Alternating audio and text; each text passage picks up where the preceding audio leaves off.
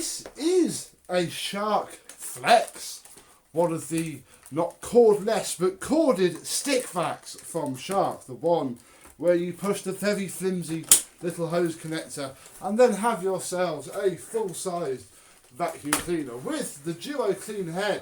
Very nice indeed. This one, of course, doesn't work at all. Apparently the motor has burnt out, and well, our task today is to work out how the heck to get inside of it and what sort of motor we have. Let's have a look and get this apart.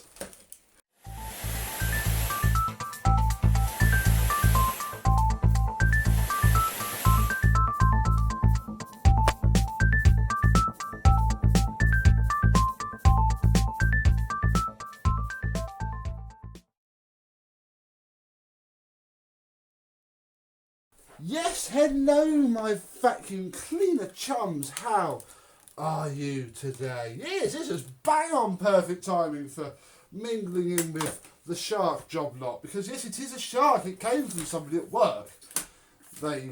She asked me if I could fix it, and I said we would have a look. So we have, it's a HV390UK, at least that's what the floor head itself says, in typical used condition. Obviously this is not an anti-hair wrap model, so we have some hair wrapped around the very soft brushes. This is the same head, I think, that was on the MV801 that I gave to my dad. It certainly looks very, very similar, and I sort of wish I kept its brush roll now because it was better than that one.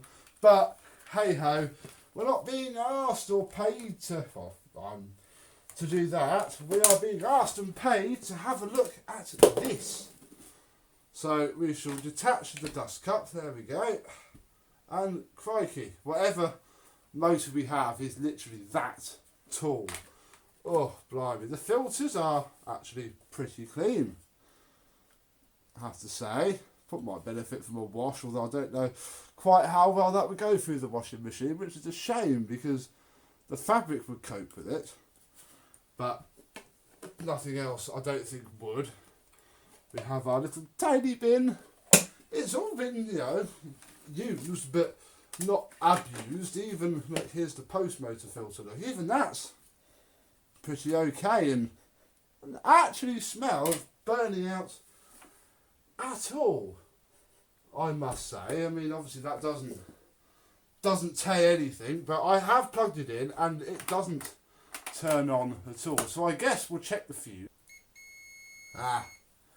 It's not the fuse. It's never the fuse. If somebody ever says, oh, it's the fuse, it's not. It's never the fuse. Right, get inside this. This isn't even something that I've got to put a great deal of effort into explaining to you with, because there is an iFixit guide for these very motors, these very machines, which is slightly good and equally slightly bad. That, you know, there has to be an not long enough. There has to be an iFixit guide for a vacuum cleaner. That fills you with hope and an idea of just how reliable these things are. Right, your T10. Oh, get set up and take this apart.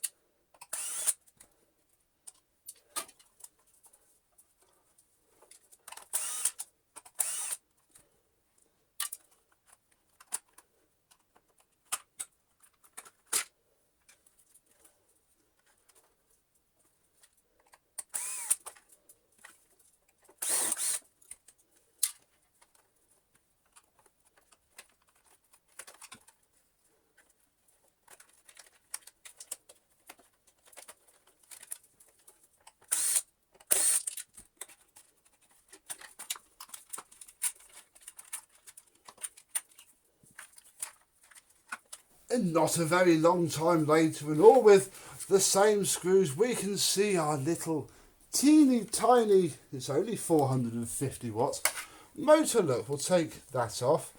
And then, oh, I don't have any snips with me.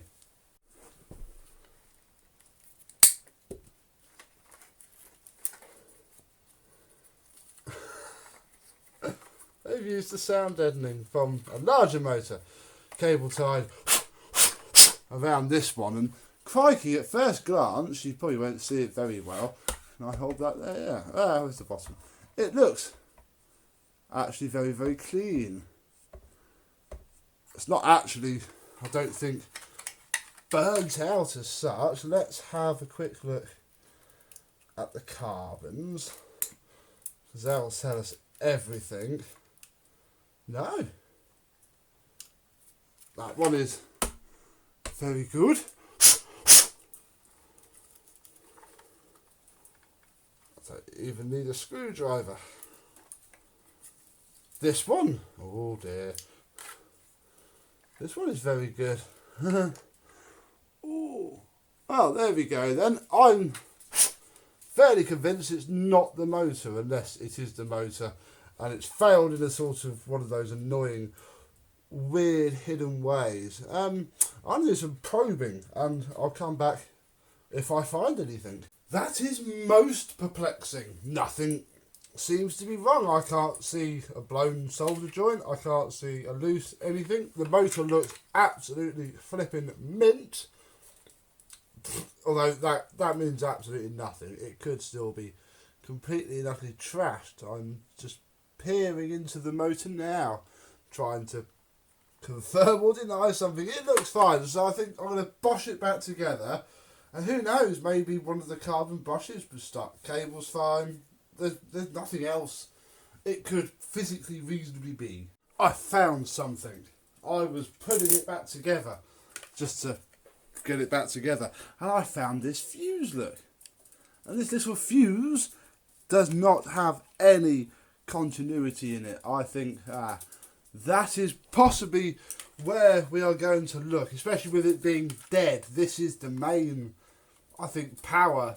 All the power comes in here and then goes back out to the rest of the machine. So I had the iron warming up. I'm going to take this off, and don't know if I dare bridge the connections to test and then order a new one. We'll see how easily it comes off.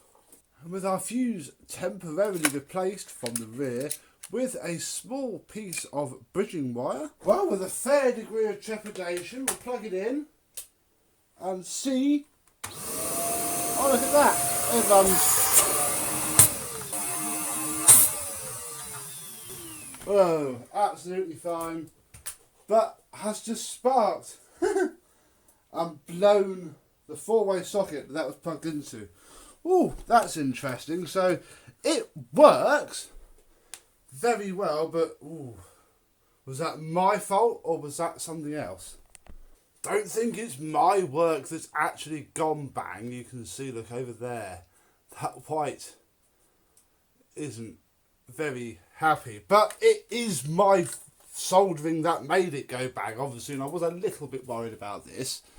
Well, I've taken out it's a 6.3, I think it was, amp fuse, and obviously I put a bit of wire in. That's akin to putting a bullet in your home breaker.